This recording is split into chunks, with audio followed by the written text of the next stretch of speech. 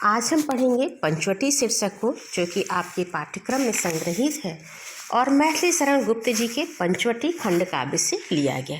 पंचवटी, जैसा कि इसके नाम से स्पष्ट होता है, 5 वट वृक्षों के नीचे रामचंद्र जी ने अपना 14 वर्ष का वनवास व्यतीत किया था और 5 वट वृक्ष होने के कारण उस स्थान को पंचवटी कहा जाता है। तो यहाँ पर गुप्त जी जो पंचवटी है, उस पंचवटी के प्राकृतिक सौंदर्य का चित्रण कर रहे हैं। क्या कहते हैं कवि? चारु चंद्र की चंचल किरणें खेल रही हैं जलथल में। चारु मतलब सुंदर, चंद्र चंद्रमा।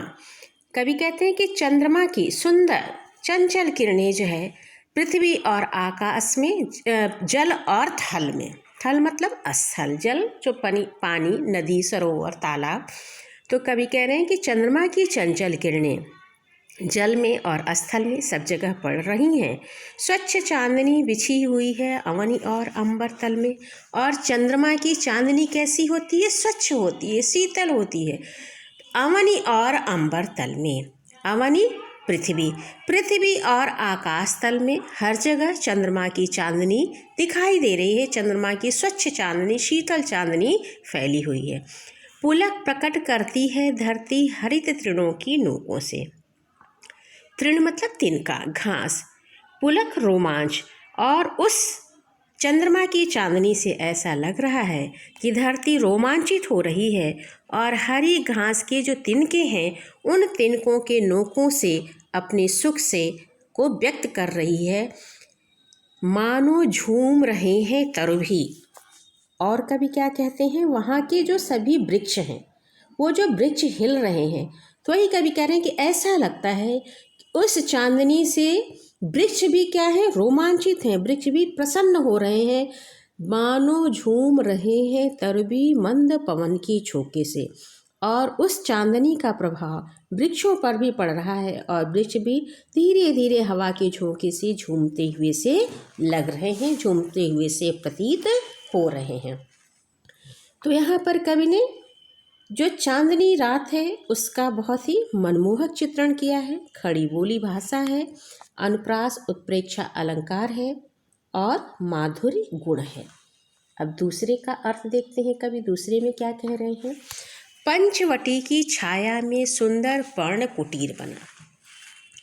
राम जब 14 वर्ष का वनवास मिलता है, जैसा कि आप जानते हैं, कैकेयी ने राजा दशरथ से 2 वरदान मांगे। एक से राम को 14 वर्ष का वनवास और दूसरे से भरत को राजगद्दी। तो राम अपने पिता की आज्ञा का पालन करने के लिए राजपाट, राजसी वेशभूषा को त्याग करके वनवास के लिए निकल पड़ते हैं और वह पंचवटी में अपनी पर्ण कुटी बनाते हैं, पत्तों की कुटिया बनाते हैं। तो यहाँ पर उस पत्तों की कुटिया में जब राम रह रहे हैं और जंगल में गए हैं, तो कोई जंगल में उस बहुत तरह के खतरे रहते हैं, तो वहाँ पर किस तरह से लक्ष्मण रक्षा कर रहे हैं, इसका ही वर्णन कवि कर रहे हैं। क्या कहते हैं? पंचवटी की छाया में है सुंदर पर्ण कुटीर बना। कवि कह रहे हैं कि चारों तरफ पंचवटी की घनी छाया है और उस छाया के बीच में एक सुंदर पत्तों की कुटिया बनी हुई है। पर्ण कुटीर, पत्तों की कुटिया। उसकी सम्मुख स्वच्छ शिला पर धीर वीर निर्भीक मना। और उस कुटिया के सामने ही एक स्वच्छ शिला मतलब पत्थर, एक बड़े पत्थर पर एक धैर्यशाली वीर बैठा हुआ है, जो कि निर्भीक है। जाग रहा यह कौन धनुर्धर, जबकि भुवन भर सोता है। और जब सारा संसार रात के समय, जब चंद्रमा की चांदनी फैल जाती है, तो सोया रहता है, ऐसे समय में यह ऐसा कौन सा धनुर्धारी है जो कि जाग रहा है। भोगी कुसुमा युद्ध योगी सा बना दृष्टिगत होता है। और कवि कह रहे हैं कि यह वीर ऐसा दिखाई पड़ता है जैसे भोग करने वाला कामदेव। यहाँ पर कुसुमायुध, जो कुसुम के आयुध को, कुसुम के बाणों को धारण करते हैं, वह कौन है? कामदेव। तो जो भोगी कामदेव हैं, वो योगी की तरह बने ही में हैं। वह कामदेव त्याग कर करके यहाँ पर योग धारण करके आकर के बैठ गए हों, ऐसा प्रतीत हो रहा है। यह धनुर्धारी कौन है? तो यहाँ पे कवि ने लक्ष्मण के धैर्य और उनकी निर्भीकता का वर्णन किया है। अनुप्रास और उपमा अलंकार है, खड़ी बोली है और प्रसाद गुण है।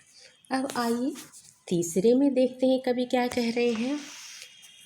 किस व्रत में है व्रती वीर यह, निद्रा कायो त्याग की।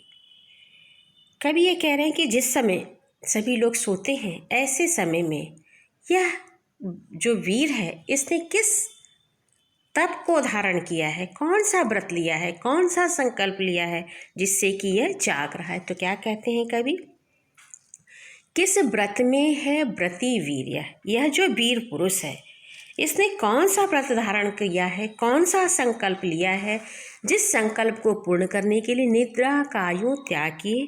इस वीर ने अपनी नींद को त्याग दिया है। जिस समय सभी लोग सोते हैं ऐसे समय में यह वीर जाग रहा है। राजभोग्य के योग्य विपिन में बैठा आज विराग लिए। और यह जो वीर है यह राज्य के सुखों को भोगने के योग्य है। यह जो वीर है राज्य के सुखों को भोग न करके विपिन में जंगल में आज वैराग्य को धारण किए हुए बैठा है। यह वीर कौन है। बना हुआ है प्रहरी जिसका, उस कुटीर में क्या धन है। और कवि कहते हैं कि यह जो कुटिया है इस कुटिया में ऐसा कौन सा धन रखा हुआ है जिस धन की रक्षा करने के लिए यह प्रहरी जो है बना हुआ है।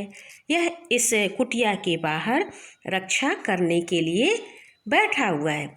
जिसकी रक्षा में रथ इसका, तन है मन है जीवन है। ऐसा कौन सा धन है जिसकी रक्षा करने के लिए यह लक्ष्मण अपने तन को, मन को और अपने संपूर्ण जीवन को लगा दिए हैं। ऐसी कौन सी वस्तु, कौन सा अमूल्य खजाना इस कुटिया में रखा हुआ है। तो यहाँ पे कर्तव्यनिष्ठ प्रहरी के रूप में लक्ष्मण का चित्रण किया गया है। भाषा खड़ी बोली है, अनुप्रास अलंकार है, ओज गुण है। इसके आगे हम कल पढ़ेंगे। धन्यवाद।